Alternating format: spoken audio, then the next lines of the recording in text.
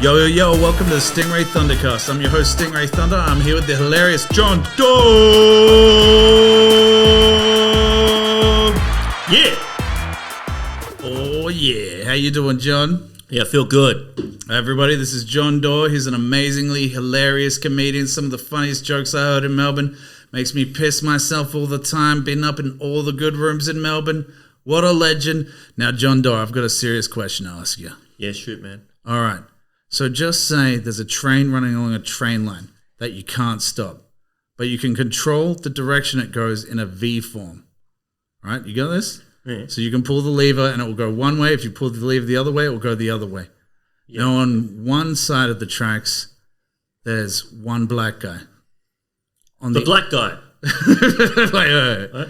On the other side of the tracks, there's 5 trans people. Oh. Who do you save? So it's going, where's it going to go if I don't do anything? You have to do something. But if I don't do anything, where's it go? You have to do something. That's the trick of the joke. All right. All right. No, I'll save 5 trans. What color are the trans people? That doesn't matter. Trans. They're trans. So you'll save the 5 trans people? Yeah, because I love trans people. That's a bit racist, bro. What? To not like the black guy though? Yeah. What, you don't like black people? Well, what is he, just like a black dude? Yeah, just one black guy. And he's not. Has he got any plans to become a woman? Not any. Yeah. No, well, fuck that guy. Me personally, I'd kill the 5 trans people because trans. Nice. Well, this is the last time you'll ever see me doing anything anywhere. No, check out the Oppression Chamber. More of the same. All right. But the trans people are white. Let's just say they're white. You have to take out the whites. Ah, all right.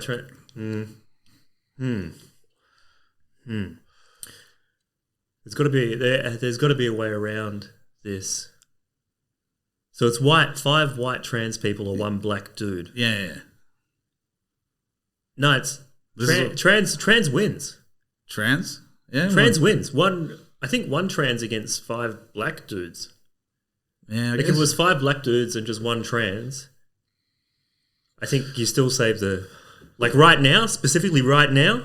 Yeah, in any situation. Yeah. What I'm going to the trans. I'm just letting you know. Friend of the trans. I'm just going to let you know. I'm going to cut it at the bit where I'm like racist.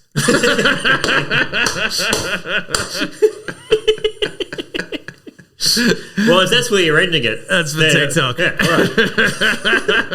Well, if it ends there, let me just say, wipe them all out. Yeah. No. Could we kill them all? No. Jesus Christ. Only if I can have sex with their corpses. Now you're talking. Yeah, I don't. And that's why you'd take out the trans people, because you could have sex with those sexy, sexy corpses. You can have sex with any corpse. I know, but you'd have to kill them first, or dig up their graves. Who knows? Yeah, there's any dead people. Sorry, I just watched the Jeffrey Dahmer thing. All right. Have you watched that on Netflix? I'm too scared too, because I know those Netflix serial killer things. They make it look like a cool thing to do.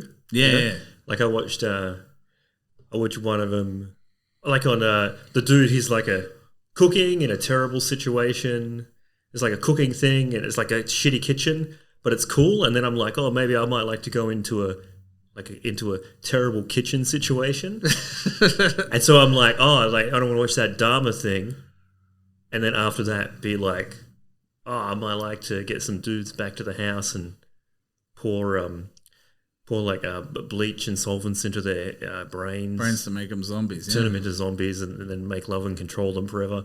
Yeah, word. Who's your favorite serial killer, if you've got one? I have several. Several? Let's go through them. What's your... Well... I like the Vampire of Sacramento. I haven't heard of this one. So he was I liked him at the start. At the end, he got a little bit far out. But at the start, he was just doing he would just kill animals and stuff. All right. And he had his whole apartment. It was full of he was blending up birds and animal, just a cornucopia of horrors and stuff. And then the cops came because people were hearing squawking and things in the apartment. And then the cops came in and they were like, hey, you can't do this to all the wildlife in the area and people's pets. And then he was like, he goes, what?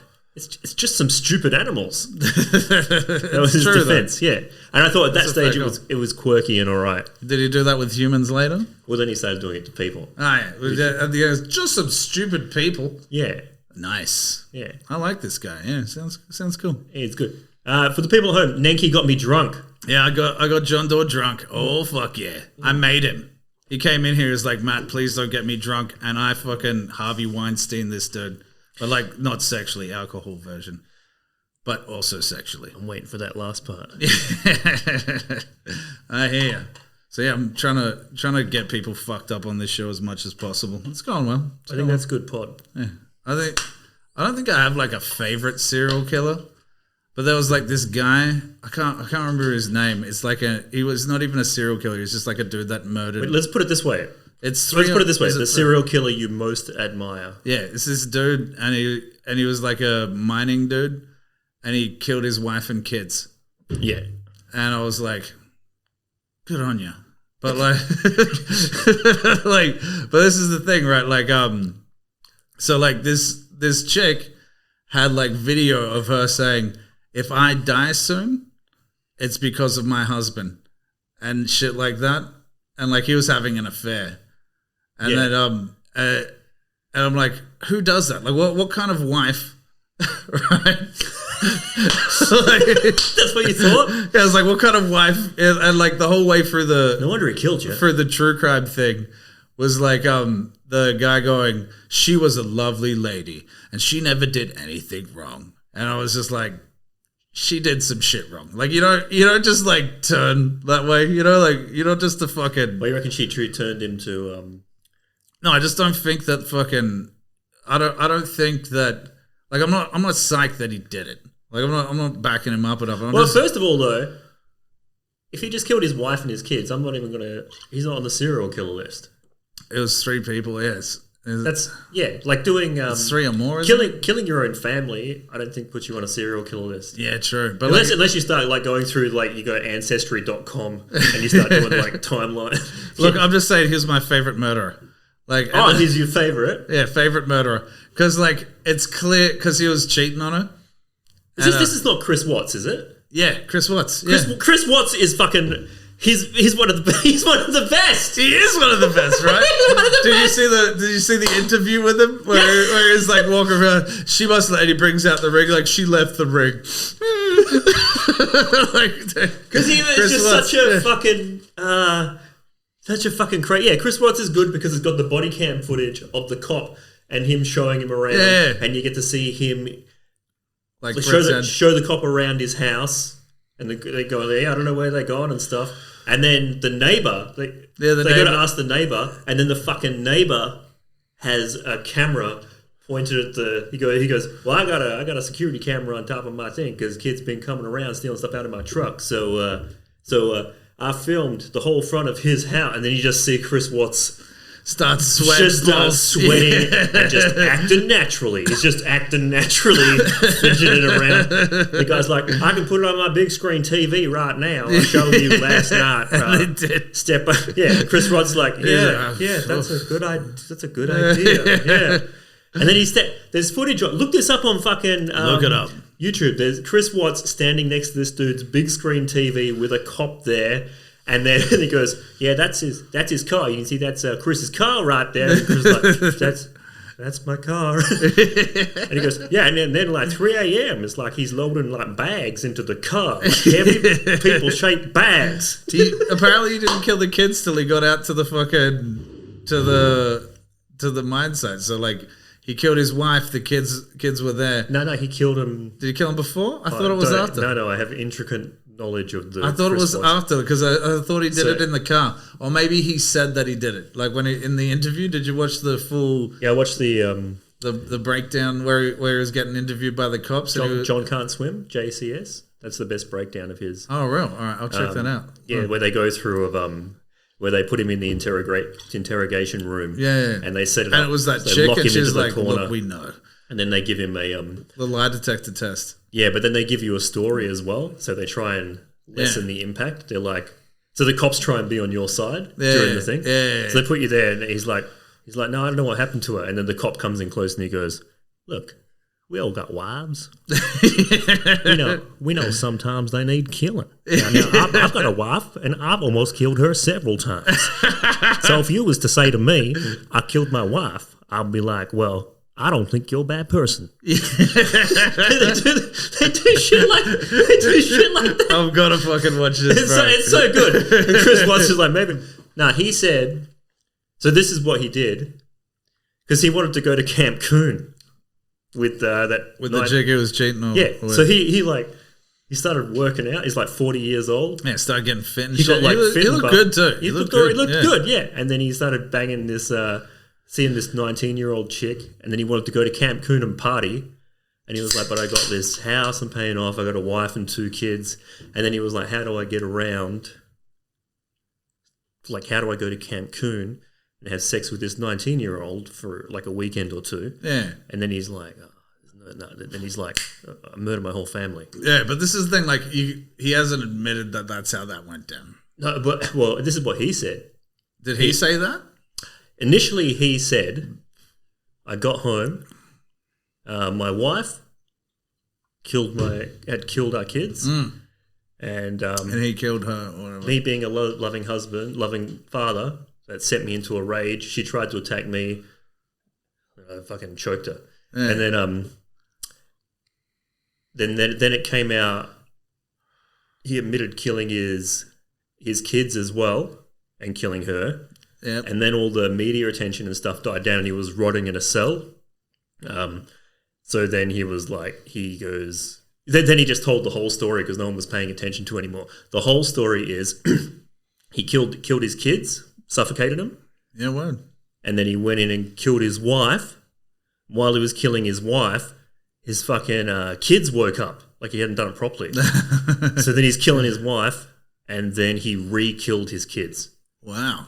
And then he's like, now I'm going to go to Camp Coon and have fun.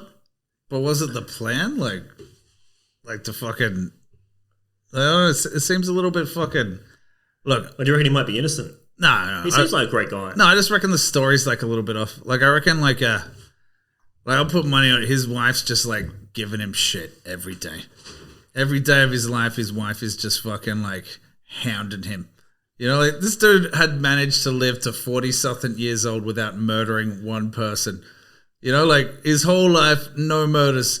And he's married to this chick and she's just giving him shit. And he finds a new lease on life, finding like a woman, like a young chick who's not ruining his fucking life. And he's like, and she's like, I reckon she's like taking his paychecks and just going, they're mine. You got nothing. Getting her phone. If someone kills me, it was Chris. going over the neighbor every day. This dude's breaking his fucking back at fucking work every day. Crippled back, fucking hard-working motherfucker trying to support his family. And his wife's at the neighbor's house bitching to the neighbor. Just like, oh, he's fucking a terrible husband. He can't do shit and blah, blah. And then he was like, you know what? I'm gonna start fucking this other chick. And it's gonna, and she likes me. She treats me like a human. Like a human. Yeah, like a human being. And he was like, and I love this and shit. And then fucking, he wants to break up with her, but he can't. Because he loves her. No, because she's a cunt. Oh. Yeah, she's twisted. I was trying to kill. She's twisted his mind into thinking that like he can't be nothing without her. And then one day he's just like, you know what? Like, we get the kids thing because everybody hates kids. So, like, he had to kill the children. And then... I think that's understandable. Yeah, we all get that. Like, right, you ever heard a baby cry? Yeah. Like, yeah, just like a baby cry on a train or a plane and you can't get out of the situation and the baby's crying. That's that feeling you get. Now, magnify that by 6 years. 6 years of that same fucking noise. Like, and then just going, oh, all right. Look, all right. Almost killed you when you made the noise. It's funny I've made that massive story up in my head for the guy. And I'm just like, I think if he got away with it, he would have been a hero. Like a murderous hero. No, if he'd gotten away with it, he would have been a 40-year-old dude at Cancun. Yeah, hanging out. Just living the dream. But I just reckon Which is my personal hero as a 40-year-old man. I kind of go to Cancun. I kind of always picture him just walking into the room to his wife's room after killing the kids, and it's like, look, I want to go to Cancun with this chick, and you're annoying, and you're hard to deal with. And she was like, you're never going anywhere. I'm going to ruin your life. And he was like, you know what? If you get one thing out of this podcast, it's that killing your entire family to chase 19-year-old pussy is not wrong. It's not bad at all. Now get out there and do it. Yeah. Follow your dreams. Follow your dreams. You only got one life. You only get one life. One life. Yeah. Coolio's dead. Yeah. I heard. Yeah. Did you hear? Have you ever watched Hot Ones? You like the chicken wing show? Chicken wing show, yeah. Where they eat hot wings and shit. And Coolio was on it once, and he was like trying to be a big tough man, and he like poured like hot sauce, like too much hot sauce over the wing. Yeah. And the guy was like, "Don't do that. That's too much." He was like, "It's fine, He's like, G." fool, I've been living most of my life living in gangster's paradise. Dude, I was raised middle class, and I made a gangster rap song. Now I hang out with the Insane Clown Posse. Did he hang out with the Insane Clown? Yeah, he did. He did. He's a juggler. He said it in the interview. He's like, I'll eat this chicken wing. Well, He's like, take that, motherfuckers. And then and then it made him viciously sick, and he tried to sue Hot Ones, bro. really? Yeah, 100%. That is some middle class dude gangster rapper. If it was a shit. gangster rapper who got really sick afterwards, he'd just be like, that's just how thug life is. But like, he didn't do that. He went, I'm suing. Like, it's some middle class. Most of my life Living in the suing gangsters. the dude that makes the hot wing show.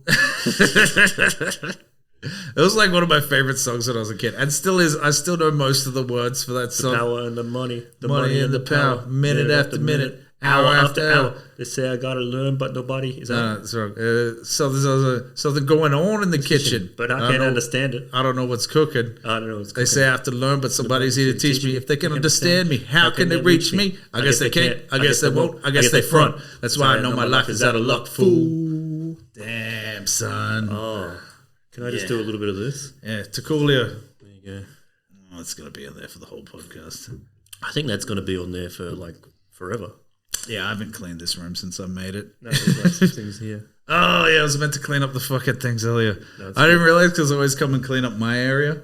And then I was like, oh, there's other people here that leave mess. Yeah. Because I feel like I might be a narcissist. No, I reckon you should let it grow. Let it grow. It's a little piece of every The person that's here. narcissism, I mean. You make it to Chris Watts one day. Dude, this thing's going to drive me nuts. All right, just give me a sec. All right. I got half of it. It was like a perverse version of doing lines. Yeah, it was. Wait, I'm not allowed to mention what drink this is, just in case it gets like taken down from Yui. Will that happen? I don't know, it's a lot of fucking shit. Like, I'll get flagged. Like, if this wasn't such a flamboyant can, I'd get flagged on TikTok for drinking alcohol. Oh, well, TikTok flags you for drinking. Yeah. And vaping. So that's why when we were doing the first thing, the vape why? was Because the down kids here. see it. Yeah. Well, like, to be honest, man. All the vapes come from China. That should be like like fully endorsed. The Asians are an amazing race.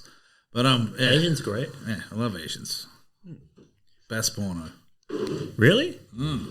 Or like pixelated stuff and the women It's going... always... No, they're always like, It's like, dude, as long as someone's crying, I'm as hard as a rock. I don't know what it is. That's the like the Japanese porn that you see is like the women being like... What, like the cartoon anime shit? No, not hentai, that's tentacle. Yeah. But like it's like the women being ashamed of the dirty act and then the guy keeping it. Push that in on the women being ashamed of the dirty act. Make me feel dirty about Move that. your chair in a bit, you lanky fuck. Where do you want me to go? Just bring your chair in just a little bit. So when you lean back, it's all chill. Yeah. Now, like, you ever figure, like, there's porn I watch which I'd never be down with in real life. Do you ever think that shit? Well, like that whole like hugging, kissing. No, it's like, all right, like so there's like you'll watch like 18-year-old porn. Like it's 18 years. 18 it's been year around old for 18 no years. 18-year-old people, like fucking and shit like that. But the truth is, I don't want to have sex with 18-year-olds, bro. No, I feel strange. Watch it. That feels it feels pedophilic. 18 feels pedophilic. It feels a little bit weird, to be fair. Yeah, but like that's what I need. How old are you? That's what I need to get home. 38. 30. I'm 43. So like anything. Don't get me wrong. It feels weird, but like I need that. 25 looks like 15 now. Yeah. So then no, but like no, that's what I'm getting at. Like I jerk off to like a hot 18-year-old chick. Yeah, and that's not my main port of income. To be honest, I shoot for like. No, yeah, it's like chicks. But it's like sometimes you'll jerk off to a porno, and you'll be like, if I was in this situation in real life, I wouldn't be down with this. No. Like I don't want to have to talk to an 18-year-old woman. Yeah, you know, like they're the worst kind of women. But it's like jerking off outside of a school, but you'd never go into the school. Exactly. Yeah. You can jerk off outside of school and get arrested, but like if you're in like a camper van or something, I guess it's okay. I don't know how it works. It's woodsy. I don't find children attractive. I wish I did. Who hasn't had that thought? So those guys are risking the business. That's what I'm saying. Well, but yeah, fucking. Thanks for having me. Do you do an edit for this? An edit? Yeah. Do I edit this podcast? Yeah, of course. Yeah. Oh, well, you edit parts out of it. No. Oh, so you just put like a bit at the front and the. Yeah, just a little thing at the front, the back. Every break I have, I'll put a little sketch in between it. All right, Ian. You'll see. All right, sweet. Yeah, but yeah, no, whatever we say here's going on, there's no way out of it. All right, good. But like you did the compression chamber. The oppression chamber. Check it out. Yeah. The oppression chamber is like the. Because I never listened to it. I haven't listened to it. Never, not once. And then I was talking to. Thank you. Talking to a. Dude, I've got like 17 hours a week to relax. Yeah. Like, and relax. What do you do during those 17 hours? Yeah, I relax. Yeah, like so what does it look like? It looks like this. Asians. And is that one 17-hour stretch? No. It's separated throughout the week. So like normally like editing and filming on the weekends and then like after work I get to relax for a little bit, but I go to bed as soon as I get home from work and wake up, and then I've got a few hours in between before I have to go back to bed again so I can wake up in time for work. And if there's a comedy gig, that 17 hours starts reducing a little bit. I shoot like I've factored in the maybe like 5 hours for one comedy gig a week. Yeah. But if there's like 3, those hours are gone. Yeah, like I get very little time to relax to myself. So like sitting down and listening to someone talk for an hour, just like it's like, oh, dude, I could be making something right now. You know, like I could be doing something. Yeah. Like creating some shit. Yeah, but our podcast is real good. Yeah, well, like this is the thing. Oh, good energy. This is the thing. Good energy, good numbers. This is the thing. Fucking. So when I started this, 6 episodes ago. Yeah. All right. 20,000 downloads. Yeah, heaps. Nah, not like yours, but yeah, because I've only just started. But I was like, I want to turn into like a podcast where you can just say whatever you want, and I'm going to try swing things into dark as much as I can. I was talking to a comedian about it, and they were like, "What? Like the next was it depression set? Depression set? Oppression session? Oppression chamber? Oppression chamber? Oppression chamber? Yeah. And I was like, "What?" And they were like, "You've never watched it?" And I was like, "Oh, you've never heard? It's a heard thing. It's not a video. Heard of it? You ever heard? No, I was like, I've heard of it. Because you had like Roberts on there and like Andrew Roberts. Yeah. I really like Roberts before he started doing his Roberts thing. I got him cancelled or whatever, but yeah, I've got a lot of love for Roberts. Love him to death. I can't have him in my life. Yeah. But he's one dude, of those. I used to get drunk with him. Like he'd rock up like as a mate, you know, like just no comedy shit. Just rock up to my house and be like with a 6-pack of beer, which you like you want on a friend, and then you sit around, get drunk, and just say fucked up shit for fucking like a couple of hours. Yeah. Then you go out to a pub. And then it would get to a point in the night where Andrew's being such a fuckwit that I have to say to him, dude, if you keep saying this shit, I'm going to have to kick you in the throat. But that's what he wants. Yeah. That's what he wants. No. But at that moment, he'd take me seriously because I would. And then he'd go, oh, okay, sorry. And then he'd bow. Every time his eyes rolled back. We had so him and Boyle got into a fight little scruffle, at the Exit. At the Exit because we're doing the podcast, and then the thing about our podcast is it flares up all the time. Like the next episode out is just us talking about it flaring up again. Yeah. Is when we only see each other, and we're Zooming it now. So we only see each other through the Zoom. So it'll happen that sometimes we'll go a few weeks. The only time we talk to each other is on the podcast. Oh, what? And Boyle hasn't got much time because he betrayed us by having a family. Yeah. So Boyle. Yeah, he sucks. Kids, kill your children. Yeah, I suggested Chris Watts to him. Yeah. And Tyson Popplestone, I don't know if you know that guy. He was talking about comedy once. Tyson, sorry. He was talking about comedy in time, and I was like, oh, there's this documentary you should check out that'll help you. It's type in Chris Watts into YouTube. Family. And he was like, all right, I will. And then there was like, I think some Dooley dude, he was like... So I was like, shh, I'm trying to get Tyson to slay his family. Trying to get him to kill him. Yeah. Because he's a funny dude. I like him. I like the dude. He just needs to slay his family. He needs to kill his children and family. Yeah. And then do like a Joey Diaz thing, get super funny in prison. Yeah. Come out 30 years to life later. That dude will be killing it in his late 70s. Yeah. He's come out super funny. But I was going to say, so we just talk on the podcast, and our podcast is just a toxic, terrible thing where any of our real life insecurities just get shat upon by you just go, and then so after doing that and not being in real life, after doing it for a few episodes, you're just like, all of us experience. Izzy does, I do, Boyle does. We're like, fuck these cunts. Why am I talking to them? Like, they don't like me, and they just talk shit all the time. and then you have to have a talk outwards and go, no, I love you. Like, I love you. Yeah, you got to have that love talk. Yeah, it's because of the reality. Too much cocaine that weekend. Fucking dude, I love you, bro. So, but the thing is, we were doing that with Roberts, right? Yeah.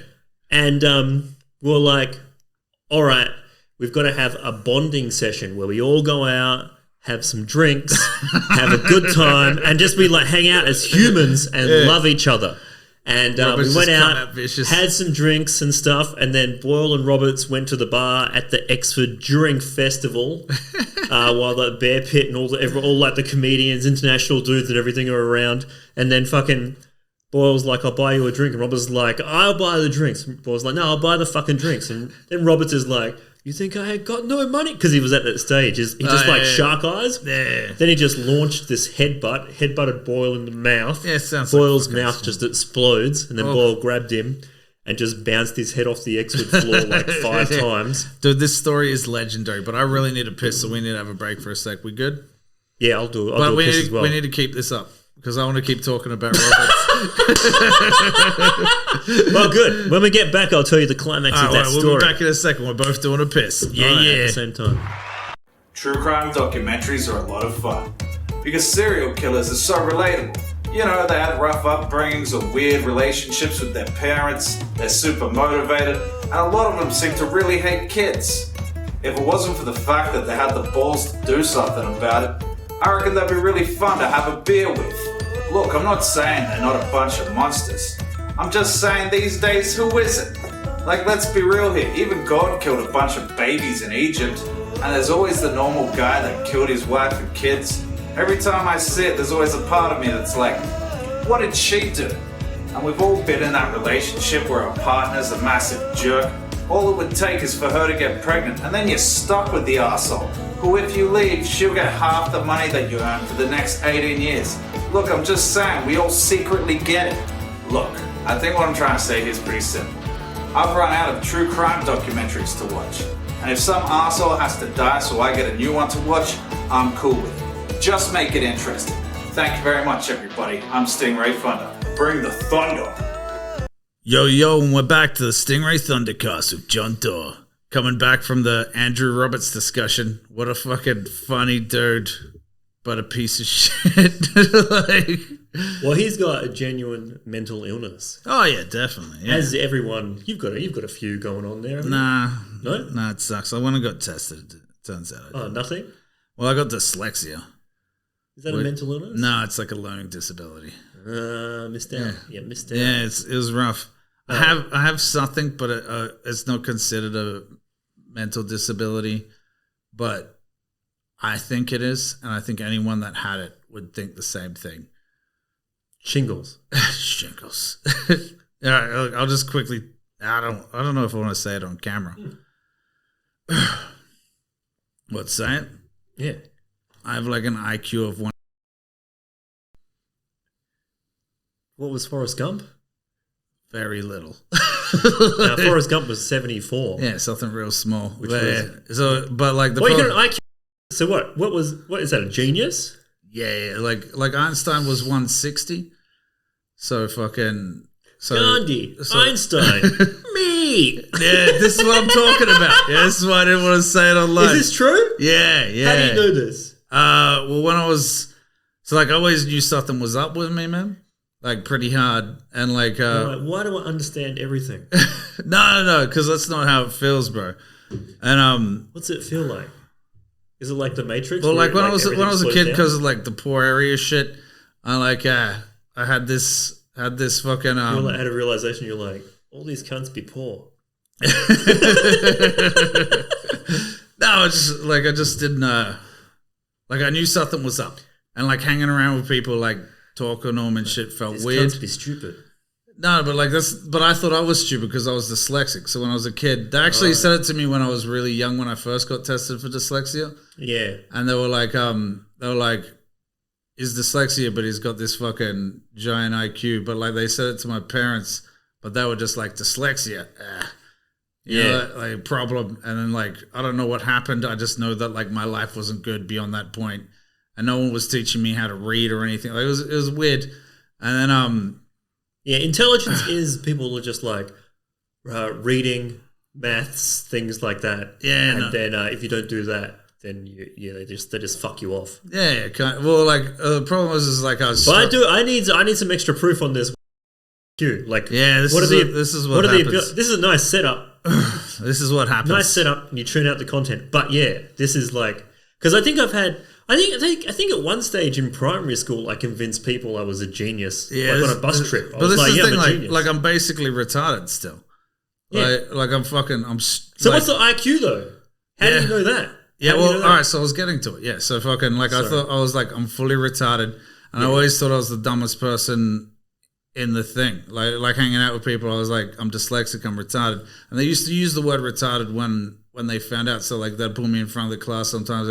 This is Stingray Thunder. It's like Lucy. This is Stingray Thunder. He's a little bit slow. They called you Stingray, and he's retarded. Your name in year 3 was Stingray Thunder. Still, yeah. This is Stingray Thunder. Yeah. He's retarded. Yeah, that. And it actually happened like quite a few times. That's what I learned how to fight. So like my assumption was that I was fucking stupid, but like I kept getting myself out of like these poor situations and stuff. But like I just thought like I was just like no idea. Like in my head, like no idea. And then when I was about 19, I was like, I need to know how to read. Like I really need to know how to read like for life. Because like I was driving cars and I couldn't read the signs properly. And I was like, I need to know how to do this a bit better. And we didn't have like Google Maps or anything at the time. So I was like, all right. So I started like spending some time learning to read. And what I did was like those words I did know. Yeah. And like you told me this, how you taught yourself how to read. Yeah. Actually, yeah. I did it phonetically and shit. Yeah. And then by the time I was about 25, you gained. I think I've heard this. Like Skynet, you became self-aware. No, I just could read and write. All right. And then but the plan is because I thought I was completely shattered and mentally ill. Yeah. I was like, I need to get a trade. So I can lock myself in a mental institution and afterwards come out and have a trade. Like that. Do you know what? That actually is, to me, that seems very, very genius. Yeah. And then you're like, yeah. I know. I know. I didn't at the time. But yeah, so I went and did the trade and it was very easy. And then that was mechanics. Panel beating. Yeah. So is that a trade? Yeah, panel beating. Like hammering the dent out of something? Nah, it's like if a car gets crashed, you got to learn how metal works. You got to learn metal fabrication, welding. You got to learn plastic repair. You also got to learn how like a car's built. a little bit of engineering. Like it's too. This sounds like something you say to a woman in a bar. No, this is why. This is why there aren't many panel beaters. Like the garbage bin. It's like, well, no, it's not just garbage. You got to know what rots at what rate. Molecular biology. But there's so much shit, and like not only that, like a lot of math. Weirdly enough. What? Yeah, because you got to do measurements to because like if a car gets hit in a certain space. You've got to do the measurements to straighten it up. And if it's a little bit out and they get in a car crash again, it's on you and it's manslaughter if you fuck it up. You know, like, so you've got to like this is why there's not many panel beaters in Australia. What? Is that true? Oh, yeah, 100%. That's why I get paid. That's why. Yeah. Well, how much does a panel beater get paid? It doesn't matter. You know what's happening here is Stingray Thunder doesn't want to lose his connection to the common people. Yeah. But I was raised poor. I was a street kid growing up. That means you're getting paid a lot. Yeah. What the fuck? Yeah. So Dora, guys. So I did the. This guy's earning over $600K a year. Nah, not that much. But a bit enough to. This sounds crazy to me. Enough not to worry about money. Is what I'm saying. Like what not to worry about? Not that much. Yeah, like life to life. Like how long would it take me to become a panel beater? 4 years, but then you've got to do. Like, am I smart enough? But you're basically telling me the average panel beating shop is a bunch of Einsteinian dudes that were like, fuck space and time. No, they're smart There's dumb nothing guys. left there. They're smart dumb guys. All right. Yeah, so like they've got a high IQ, but then they've got like some sort of it's usually poor people who are fucked up in their head that didn't get like a good run. They're the only people that will stick it out. Middle class people will. Let me ask you this: what's the percentage of conspiracy nuts in the panel beating world? It's a different thing. We all understand a certain thing about conspiracy theories. But anyway, I'll get to the point where it was I found out. This is the whole podcast now. I'm not going to do this the whole time. So anyway, so I taught myself how to read and write. Then I quit panel beating. My lease ran up, so I quit the lease. I went and crashed on my mate's couch, and then I went to Centrelink, and I was like, I'm mentally ill, like bad, and I need help. And I've been holding it in like for years, like not telling anybody, just fucking like, there's something wrong with me. It's clear, and I need to get this fixed. I put me in a mental institution, and they're like, all right, we're gonna do a bunch of tests. Lip balm? No, I'm Jay. Right. You don't want to catch herpes tonight. Yeah, and then they had to do the dyslexic test again, which I passed. and then they had to. But before the dyslexic test, they have to do an IQ test to make sure that you're not retarded. Yeah. And we did the IQ test, and it was that number.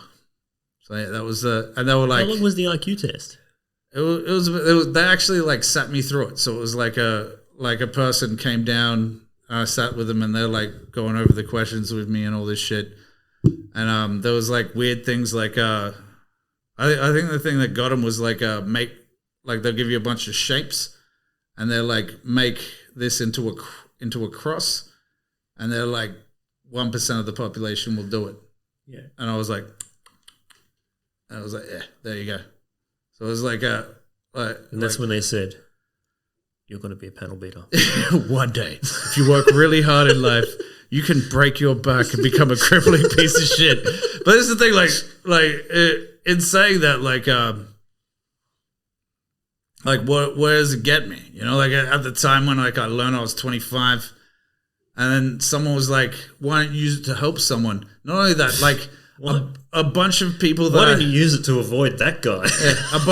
A bunch of people that I told got angry at me all of a sudden because they've always thought themselves better than me. Yeah. And I was like, dude, apparently I got this fucking IQ thing and blah, blah, and they were like,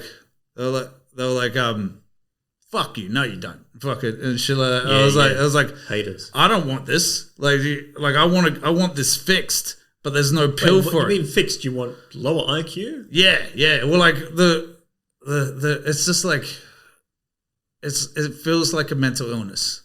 Is it like Elon Musk when he was on Rogan? Like Rogan's like, what's it feel like being as incredibly smart? And he goes, it's like a constant explosion in my mind. Yeah, continually. Most people wouldn't want this. Yeah. So you've got that. Nah, but like I can control the explosion things. But that's just with like dick and pussy jokes. Pussy jokes. Yeah. Just connecting 100%. in a web. 100%. There's a lot of times where like I write a joke and there's a bit that's like really on point with me and I'm like, yeah. And then I'll do it and like it will just go over everybody's heads. And I was like, so what I've got to do is I've got to dumb myself down. So I used to drink a lot. Like I was like, how do I deal with people and shit, like living my life? And I was like, I'll drink and I'll become dumber.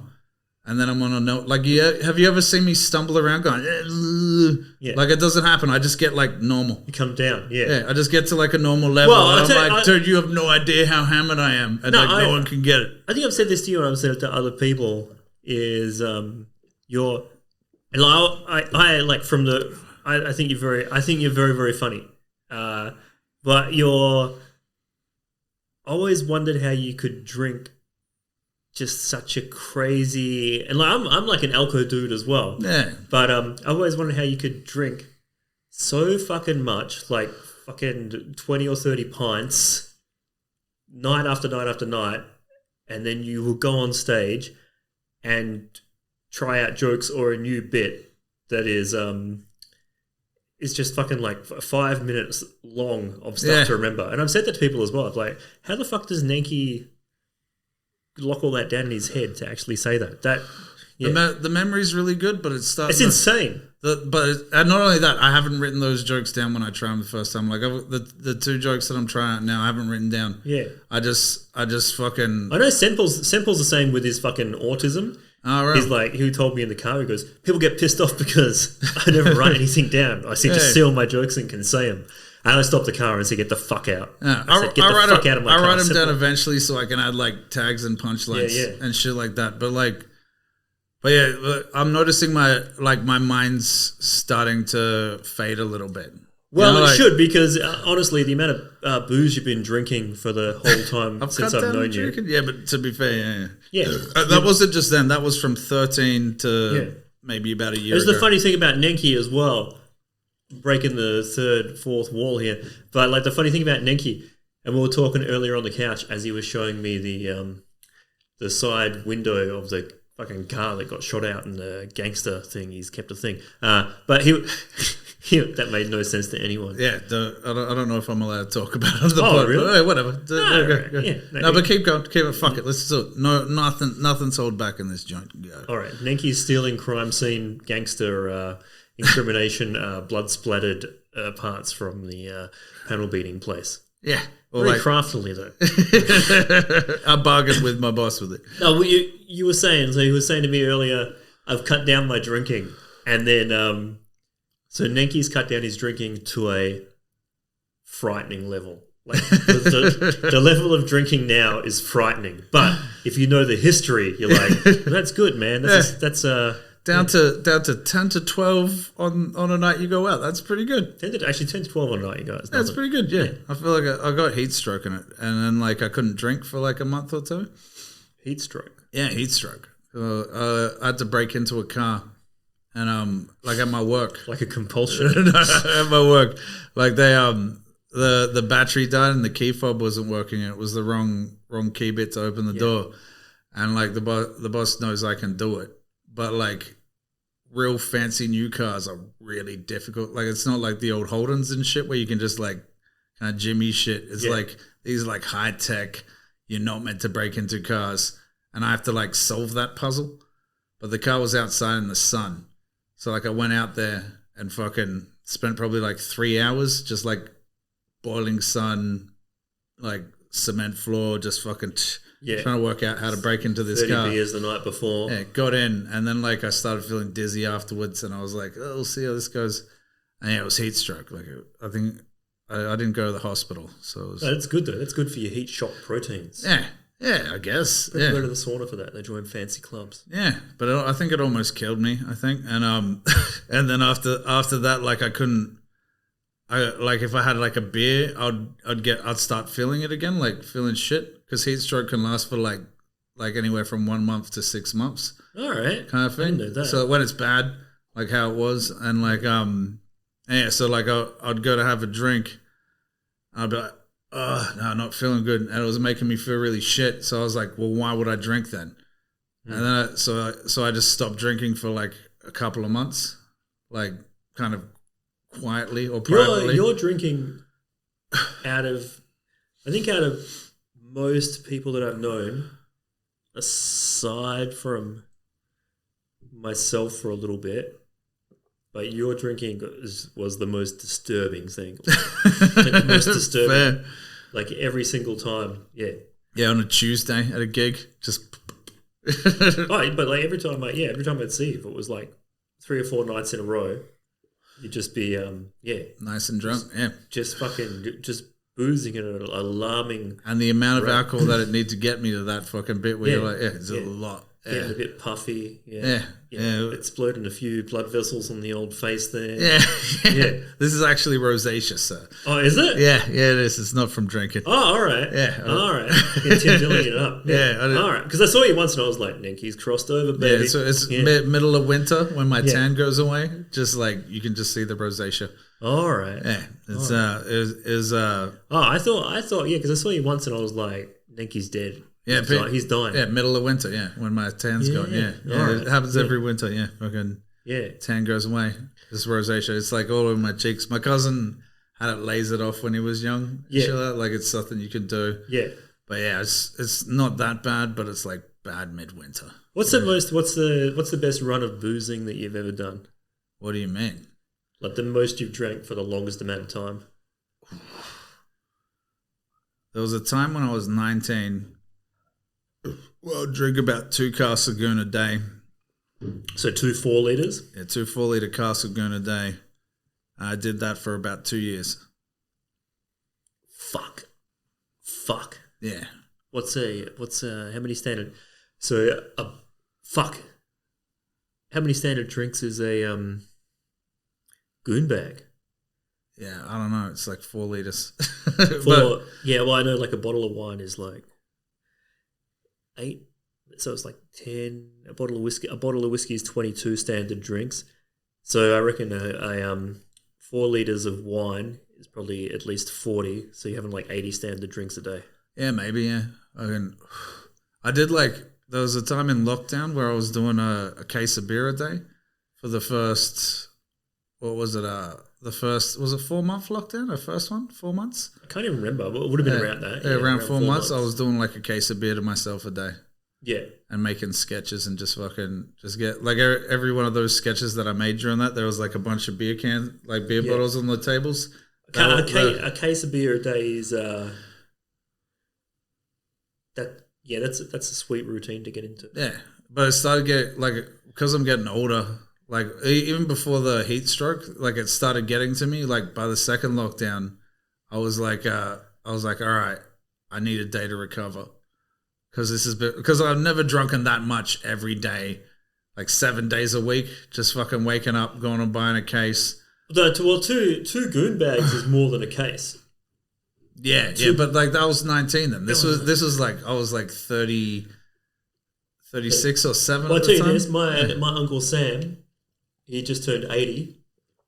He quit drinking. Yeah, well. Because he said he was getting out of control. At 80. At 80, he was like, that's it, I'm done. Yeah, well. He quit drinking at 70. He was like, that's it, I'm done with drinking. But then after about 2 months, he was like, because he's my dad's like one of my dad's oldest friends and work partners, and he's like, holy fucking shit, yeah, bro, that was pretty good. He goes, I'll go hanging out with my family, going to family events and stuff. It was just boring the shit out of me, so he started drinking again. Yeah. So he quit when he was 80, but in the last 75 to 80, this was his routine. Yeah. From 75 to 80, he'd wake up in the morning, he'd have a few beers. About 10 o'clock, he'd go to the pub, and then he would have some like slow, quiet beers at the pub, and then he would go home, have lunch, have a nap, go back to the pub, have some more like beers with the guys, maybe get a little bit rowdy. Then he would come home and then he would drink a bottle of whiskey. Jesus. He did that from 75 most days, 6 to 7 days a week. That's pretty rough. From 75 to 80. I'm surprised. Is he dead? He's still alive, yeah? He's still alive. He's shrunk though. Yeah, well. He like used to be he used to be like taller. Yeah. And then like every time I saw him over that 5-year period, he would have he's just like lost like a foot. And now he's like that big, and he's like, "Hey, we're drinking, I'll get you." I don't know. You know what's funny about the shrinking thing? Like, I've shrunk. Right? Yeah. It's actually like really. I found it interesting and shit. But so like I used to like snore really loud in my like mid-20s. Yeah. And the girlfriend I had at the time was like, "Go get that fixed." And I was like, all right. What a bitch. What a cunt. What an awful cunt. I felt like killing her and our kids. Yeah. do you ever been with a woman that makes you feel like having kids just so you can kill them? Yeah, that was one. Sorry. I know we're still friends and you're probly watching this. It's fine. Look, you never had kids. I like you now. We're G. He's only saying this so he can have kids with you. No.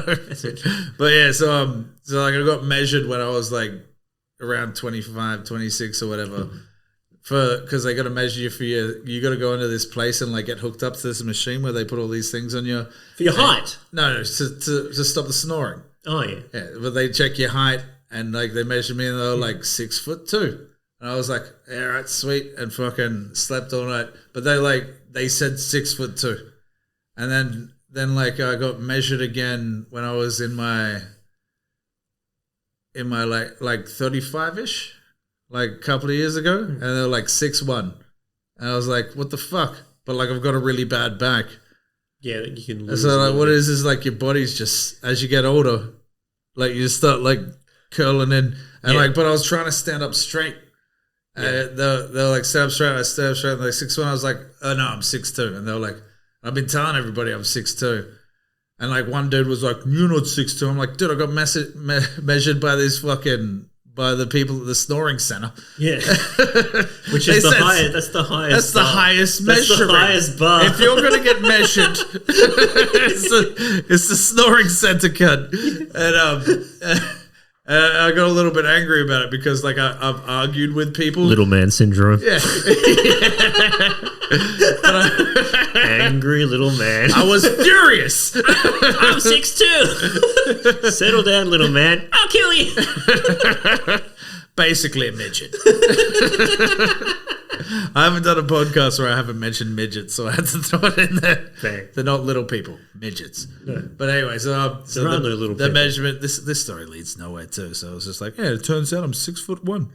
Yeah, I'm shrinking. Yeah. So like maybe it's not the drinking that's doing it. It's just his age. Oh yeah, well, yeah, mate, could be his age. Yeah. There's also this thing. He shockingly shrunk. There was this. At 75. He was a big, powerful man. Yeah. Not 5 years. But like 5 years through that era, you're shrinking and you're gonna get you're leading into death.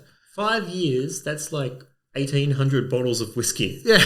1,800 bottles of whiskey and several. Look, he may be shrinking, but he's having a good time. Yeah. And then he then he pussied out. Like he was planning on drinking himself to death like a fucking adult, and then he was like, you know what?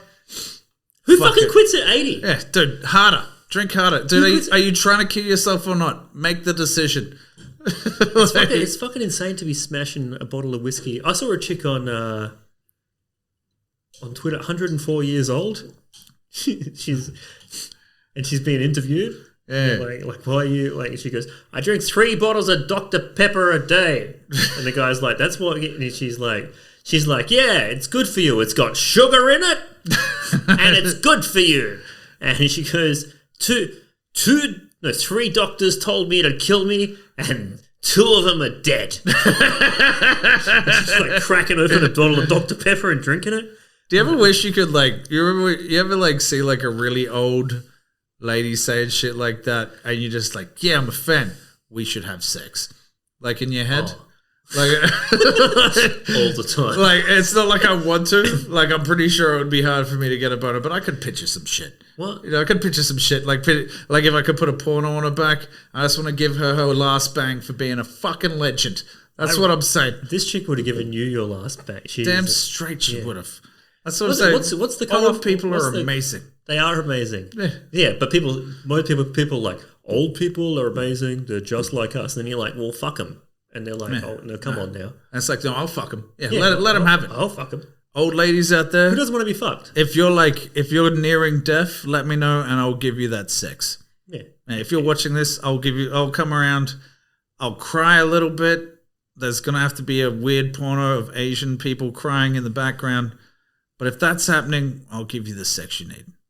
Yeah. That's an endorsement. And even young women that are dying have sex with you too. No. I don't want to have to deal with their shit. That's true. Yeah. Entitled. I have sex with them. They're like, how's the Little Mermaid? It's so good that she's black.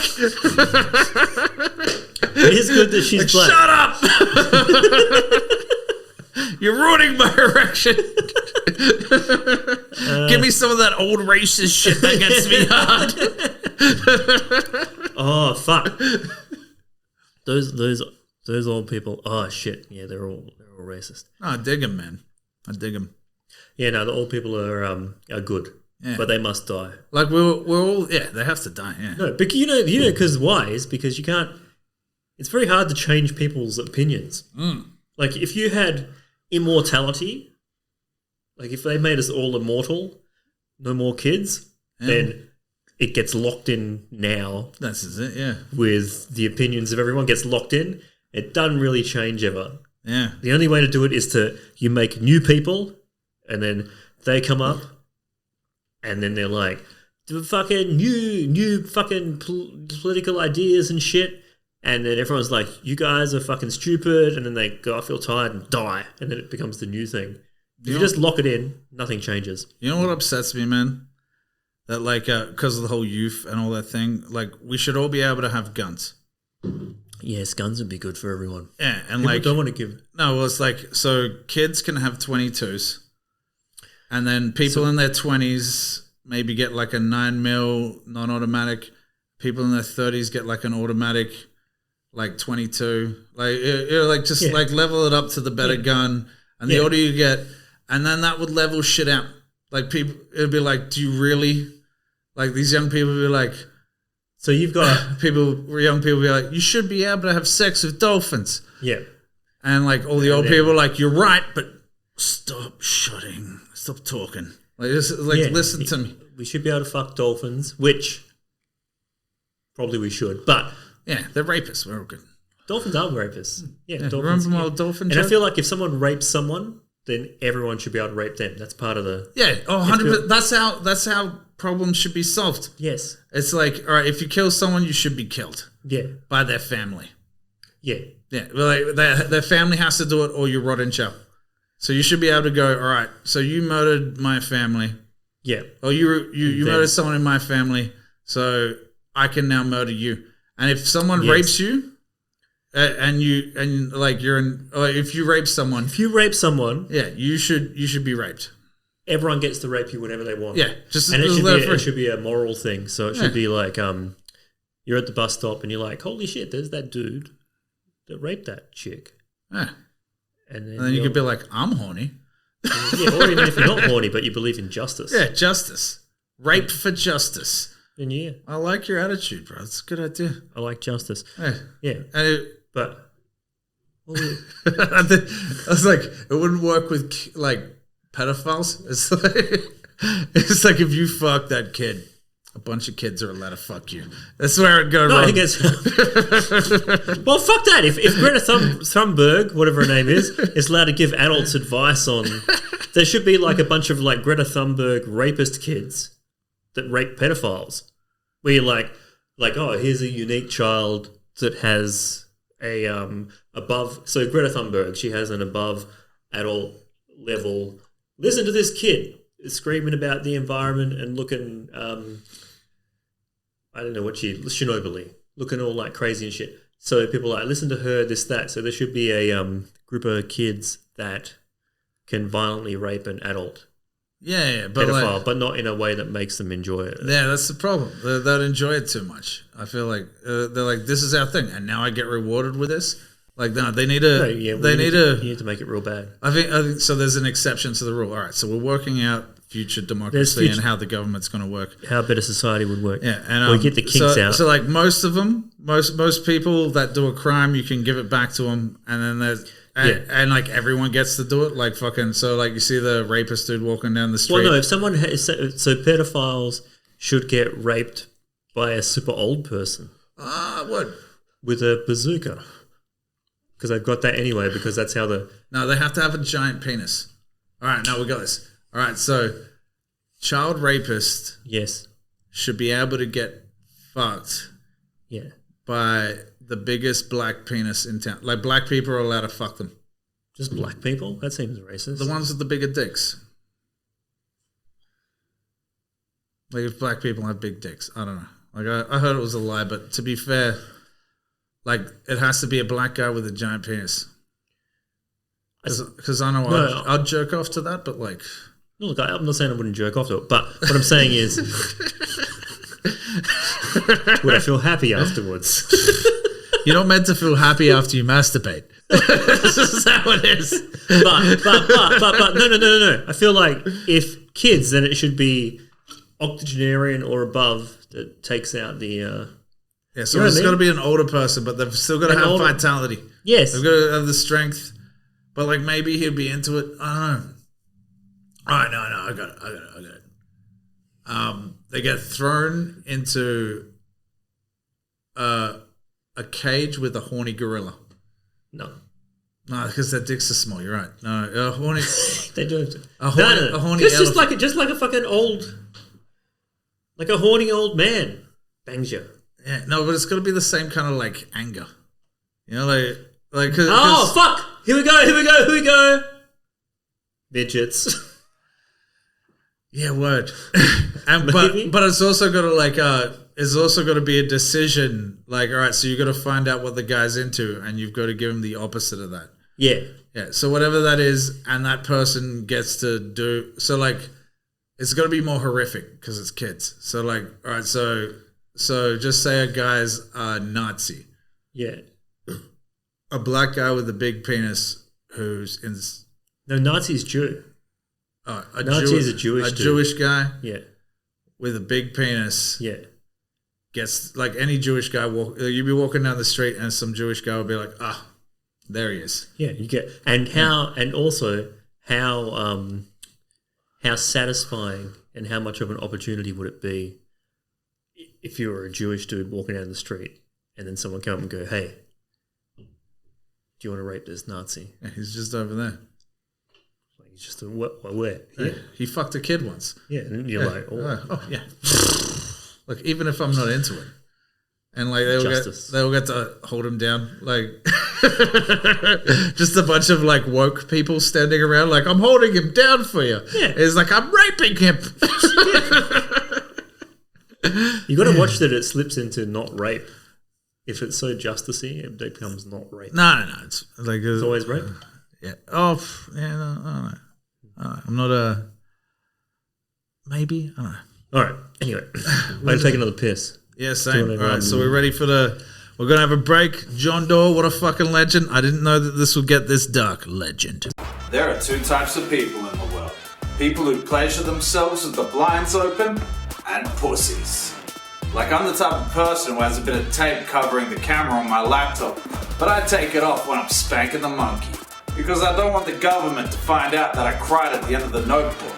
It's way off brand for me. But if they're gonna watch something, they might as well watch me chop down my wood while I watch two female naked bulimics wrestle, while a middle-aged lady dressed up like Superwoman has her way with her passed out cousin Superman. If anything, the fact that somebody's watching makes me harder. You see, I've danced in the sack with a lot of women, so I need something weird to get me going, even when I'm by myself. And computers can't piss in my mouth. I think what I'm trying to say here is pretty simple. Spending years reading your life story to your dying wife with Alzheimer's and not even getting a final head job for it would make any man cry. Thank you very much, everybody. I'm Stingray Thunder. Pop, pop, pop. Yo, we're back with John Dore from the break. I hope you had a good fucking break. Enjoyed the sketch. John Dore. Yo. So you're drunk. No, I was going to say that I'm under the impression, so if you drink bourbon and Coke out of the can, I always feel like that doesn't make you drunk. I feel like it makes you a better person and peps you up. Yeah, because you've got money to buy the cans.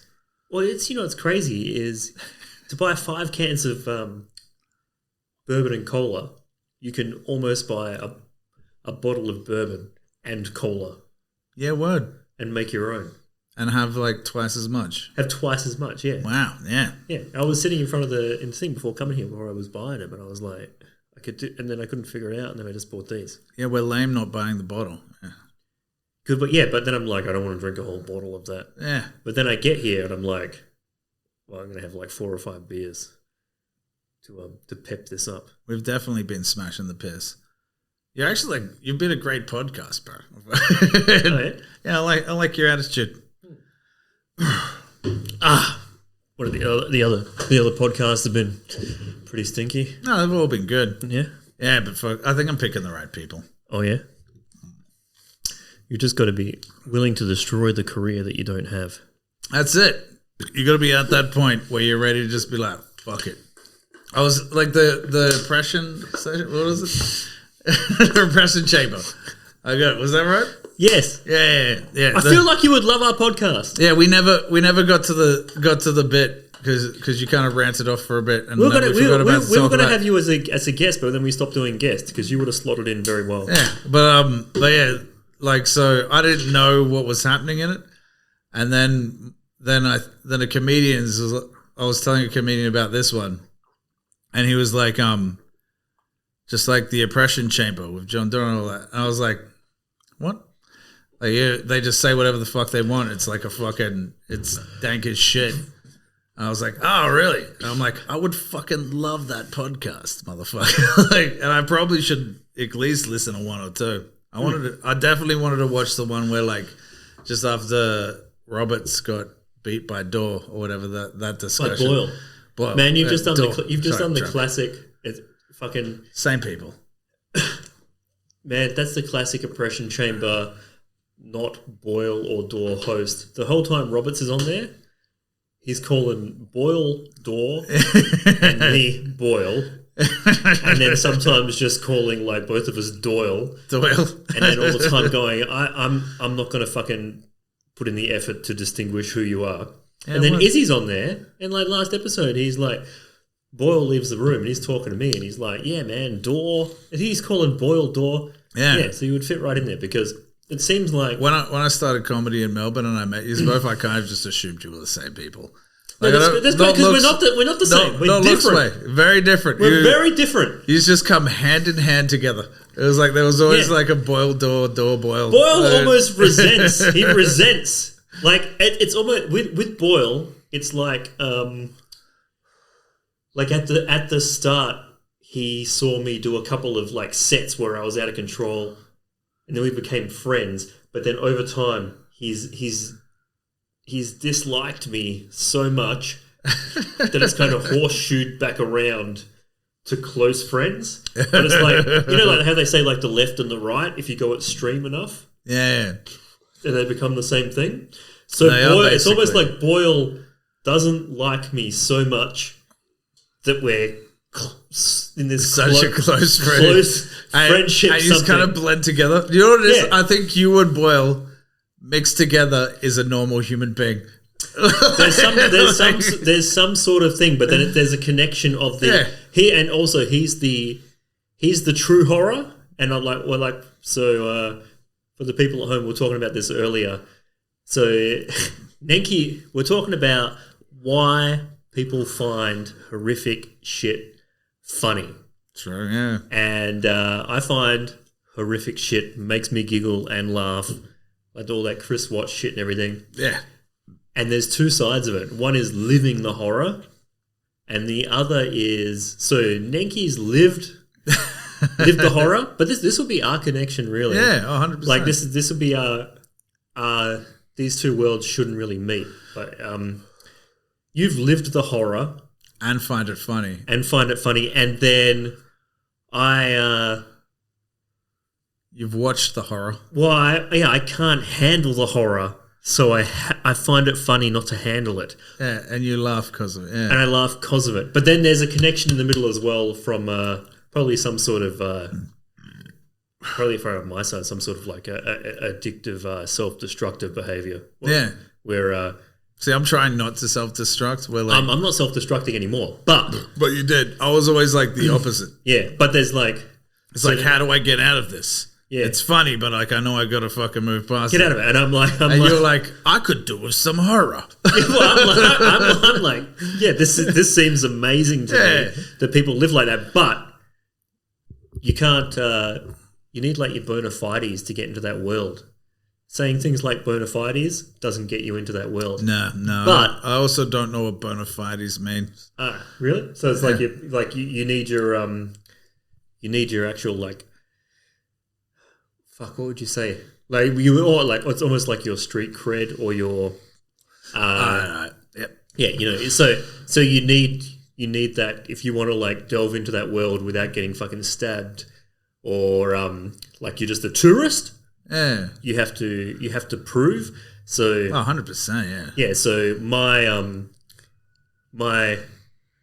the period of time I spent like going through that world of just sheer insanity and like violent, crazy, verge of death people. Yeah. Is you just you literally have to prove that you're willing to like give up your life and everything. Yeah. Yeah, and I went through like a sweet period or an unsweet period where I was just completely like would hang out with people and prove that to them. Just be like, yeah, you needed to prove it. Yeah, yeah. But I was like some like you say, like I was like some middle class guy, and then I would just like go on fucking benders or do crazy shit, or like just be like fucking stab me then, fucking stab me, and then people would be like, all right, this guy, really good. Like there's no, you can't fake that, you can't fake it. Yeah, you're in a knife fight, fucking. Even if you're faking it, good on it's you. real. Yeah, it's real because you're like what, and then you're like, all right, and they're like, oh, this guy's a fucking weird fucking middle class dude, but he's willing to go. But yeah, there's this thing with there's this thing with like you're willing to go to prove a point where like I've almost died or thought I was gonna die quite a few times. Yeah. And like one time like I thought I was having like I was overdosing. I've had a time. I won't cut you off, but yeah, where I was like, if you don't go to the hospital now, you're gonna die. And then I was like, yeah, I'll just die. Yeah, no, like that was the point. It was like I was like, I thought I was overdosing, and I was probably overdosing, and all that went through my head just before I died. Thought I was about to die was I had a good run. Yeah, but I'd had it so many times when I was young. But it's always the same thing that goes through your head just before you think you're about to die. Or your head just will naturally go, all right, whatever. And it's a beautiful thing to know that, because then it's like nothing really scares you. Yeah. And like you might be walking into a situation, like you walk into a situation, but that's in your head. You're like, worst comes to worst. I die. Yeah, that's the superpower. That's the and that's the superpower I had. Being just like some dorky middle classy dude. Yeah. My superpower was I had like a fucking sweet 5-year run of not caring if I died. And then you can just go through anything, and you can just have it come up to your fucking face. Like I got fucking stabbed in the head. Like I've been stabbed, man. Yeah, I got stabbed in the neck. I know you talked. That was a fucking funny story. Yeah, I'm not going to get into it. You know what the funniest part of that story is? When you got stabbed in the head, in the neck. Sorry, where you were telling. Are you not going to go into it? No. You want to hear anything about it? Just the funny part. Just the funny part. No, it's something I might use later in a joke. So I was like, fucking censored. Yeah. Oh, that's the one thing. thing. No, it's like Can I say to someone that the funny thing is, you're like, I'm not going to say anything about it. Is I said to you, well, I guess that as an experience, that's good if like that happens, and it, it doesn't like get anything or fuck a lot of stuff up. And then you said to me, "Oh no." It was so bad. It fucked a lot of stuff up. It really did.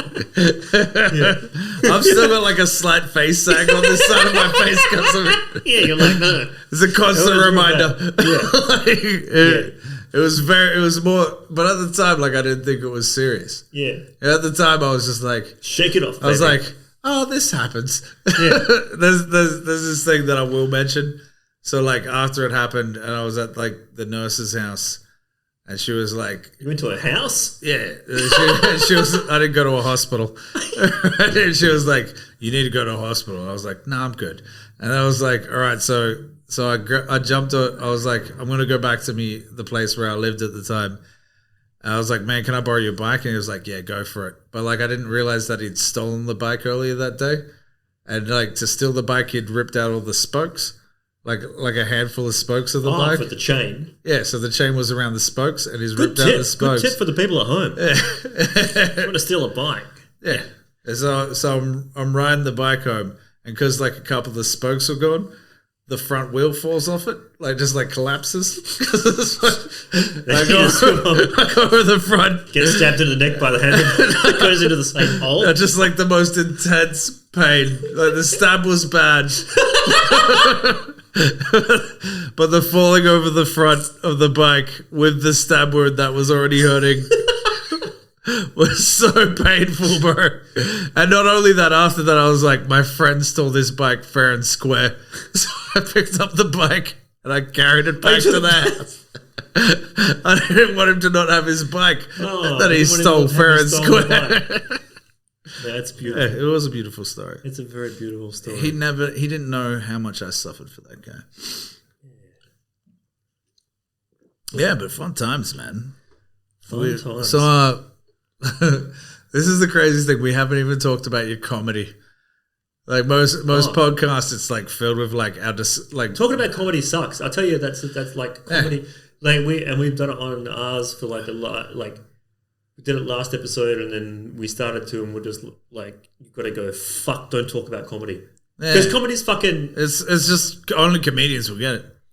Yeah, and it's not interesting. Like, because like the thing is, you're interested in funny, and then when you talk about comedy, you go, and then like ironically, talking about comedy is the least funniest thing in the fucking and least planet. interesting thing you can do. All right, so this is the thing. All right, so you're friends with Roberts. You were friends with Roberts. I'm friends with Roberts. Yeah.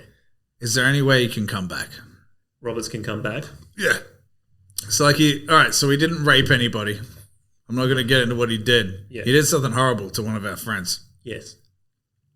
Is there any way he can come back? Because I miss the cunt. I miss him as well, and he messages me every now and then, and he's like, "Hey, whatever." And I'm always like I love you, dude, but you did something fucked to our friend. You just crossed the line, really. Yeah, so and that's line. And it's and that was it's like one of the situations where like you realize, oh, shit's complicated because and I also love the person that he was fucked to, and I also love the boyfriend and so on and so on. It's just like but are we just waiting for the boyfriend and them to get over it? Like because it was bad. It was fucking bad. To me, it's too complicated. So I'm just like, fuck it. I'm just like, that's. But I miss him sometimes, Yeah, I miss him. I don't know ill will. He's genuinely meant. No, like I'm angry, but I can't. Yeah, I can't. I'm angry. He's never messaged me since because he knows how fucking much that would piss me off.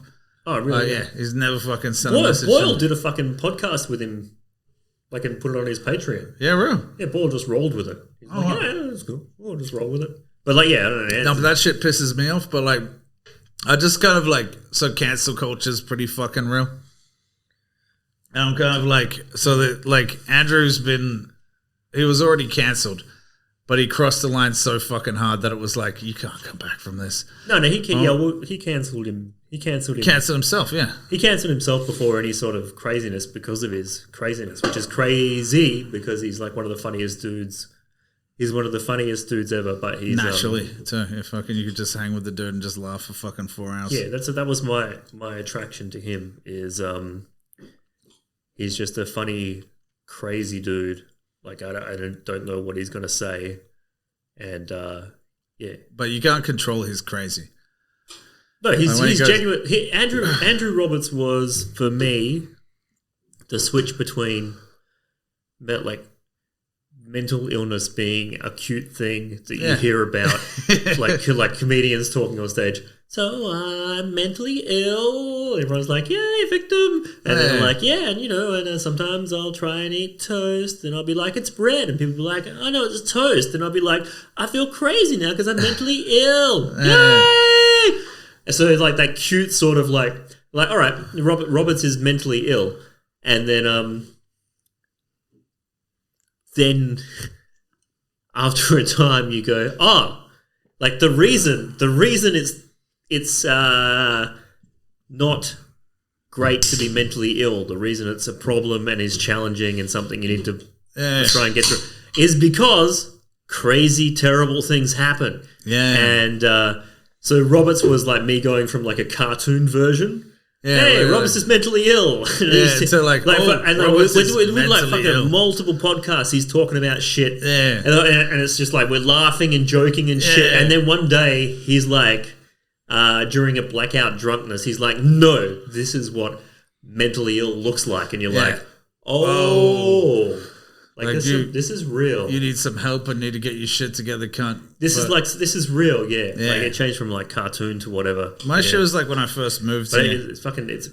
When I first moved here, I did the Exford, like out of festival, like just a Exford show, and I rocked up there because it was the place closest to my house, and I did the show. And Andrew Roberts had just gotten back from San Francisco or whatever. Oh fuck, really? Yeah, this is when I met Andrew. So like When was that? When was that? 2016. Fuck me! Fuck me! Fuck me! Yeah. Tell me more. And then just got back from San Fran. He was a god in San Francisco. Yeah. So he was a god. I've heard. Yeah. So the comedy night starts, and like in 2016, Melbourne was so woke. It was like you're not allowed to say fucked up shit on stage. You're not allowed. There's so many rules going on. Apparently, there was like a big thing that went through Melbourne where like Kieran Butler did the whole "is rape jokes funny" thing kind of thing. No, he did the great rape debate. Yeah. I don't know any about it. All I did was rock up to Melbourne, and all this shit had happened, and it had all gone the woke way. Like everybody was like, "All right." Well, I have to say, the Kieran Butler great rape debate. Yeah. Wokeness or not. Terrible idea. Yeah, fair call. Terrible. So anyway, I rock up. I go to this bar, the Exford. They give me a gig. I go back there, and it's just a bunch of comedians. I'm like, this is gonna be fun. This is gonna be my first gig. I get up, do the anorexic joke that I used to do. If you ever heard it, like the positives of anorexia. I've heard that something. Like how good would it be to have an anorexic girlfriend? And I just run through the positives and shit like that. I've heard, yeah, I think. I fucking killed. It was like a good night. I was like, comedy's just like Newcastle. Comedy's gonna be fun for me here. Fantastic. Yeah, dude, it worked again. I nailed it. And then Andrew got up and just said racial slurs. Like he was like blah blah blah blah blah. And it's like, you're not meant to be able to say these things. Like kind of like the Carlin bit. Yeah. He just started off 7 with words you can't say. No one laughed. Like he bombed hard. And then afterwards, like I walked out the back and there was a bunch of like female comedians there who didn't do as good as me. And they were like, you're a piece of shit. And I was like, oh. No, I was just doing a joke on the stage. It's not real. And they were like, we're comedians. We did our bits. And I was like, yeah, but I got more laughs than you. And they were like... Exactly, that's the thing. I was like, did you hang out to the end of the show? And they were like to the end of my bit? And they were like, no, we left midway. I'm like, you didn't understand how I tied it together at the end to even it out? And they were like, you're a piece of shit. And I was like, maybe you girls are just retarded. And Roberts was steady. Is that when Roberts came over and was like, I dig you, man? I just had Roberts laugh. He had his little like, and I was like, yeah. And I was like, not only that, I didn't know what the scene was like or anything. So this is just like fresh comedian coming from a different area, just killed on stage, really happy. A bunch of like random people who bombed, who are like apparently good comedians.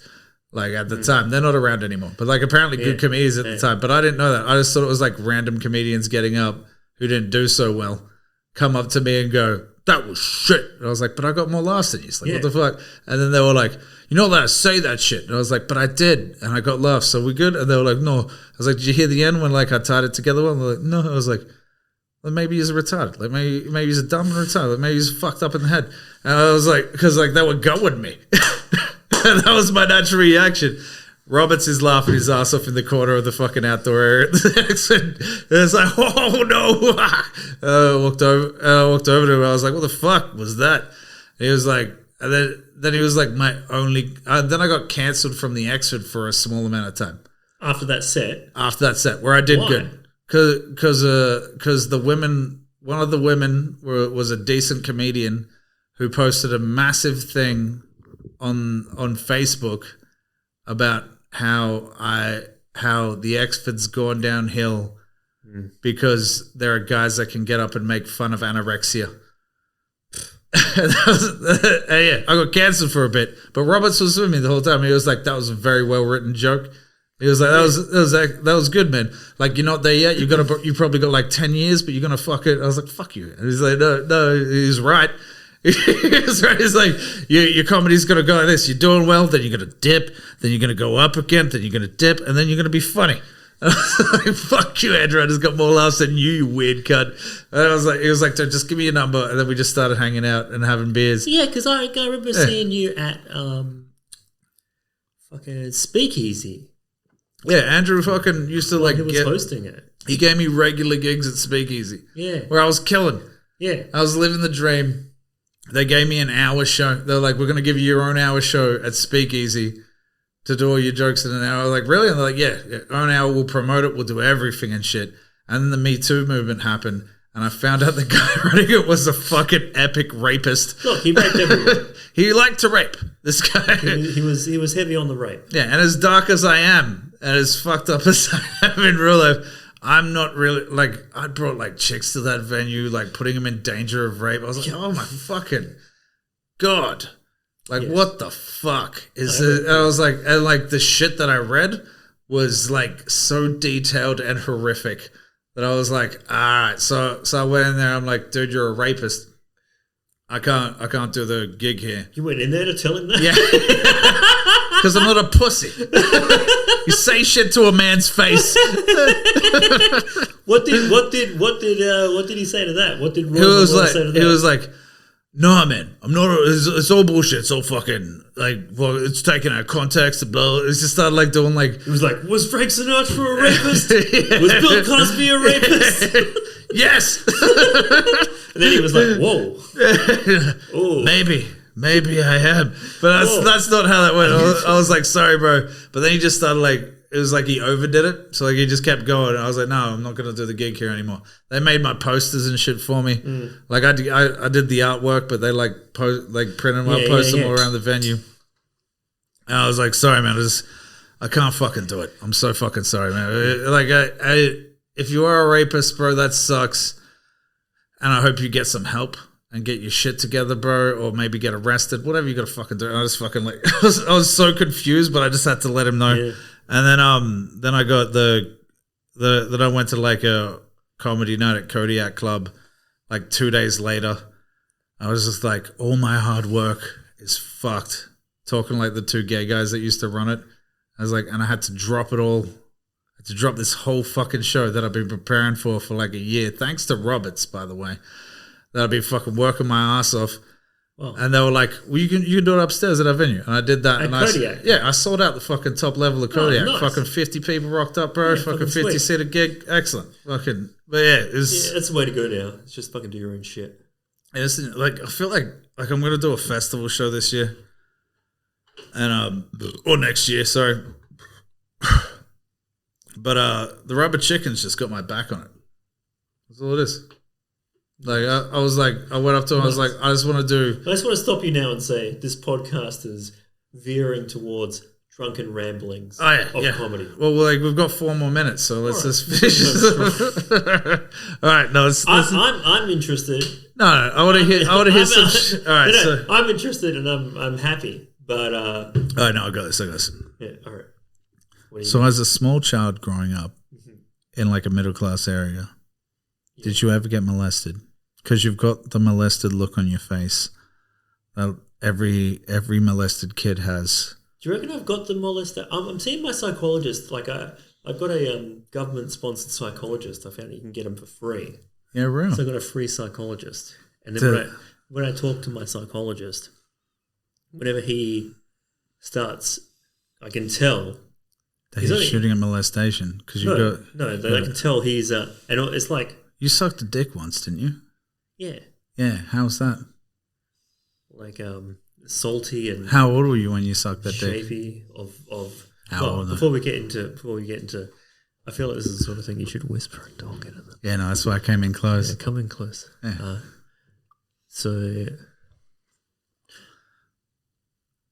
I was telling you. So before getting to the molestation thing, I'll tell you. When I speak to my psychologist, and we'll talk about stuff, and I've told my psychologist, no holds barred, like you can talk to me about anything. But then when this is the trick with psychologists, when they try and swing things around to responsibility and insight, and that's when you're meant to have like growth to break out of your framing and heal and then move on to being a better, like the whole point of psychology and stuff. That sounds really gay.